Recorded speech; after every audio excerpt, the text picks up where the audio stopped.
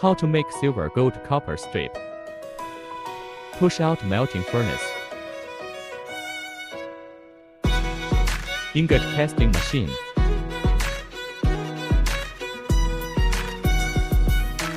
After the melting is completed, control the heating coil to descend and then take out the crucible for pouring. Graphite tunnels can make the pouring process more convenient.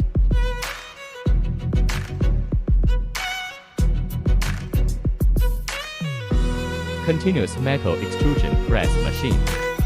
Induction heating machine for ingot.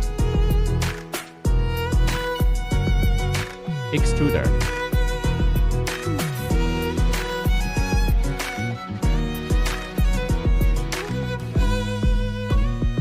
Feeding system.